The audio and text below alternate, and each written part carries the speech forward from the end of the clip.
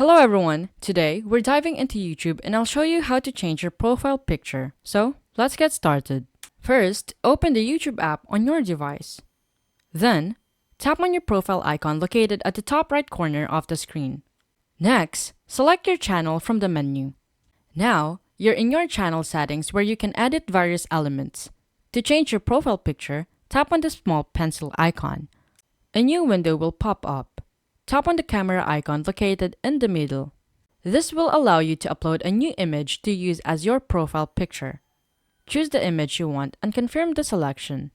Keep in mind that the camera icon on the right-hand side is changing for your cover photo, not your profile picture. Once you've updated your profile picture, you're all set. And that's it. You've successfully changed your YouTube profile picture. If you found this guide helpful, please don't forget to like, subscribe, and hit the notification bell for more updates. Until next time, thanks for watching.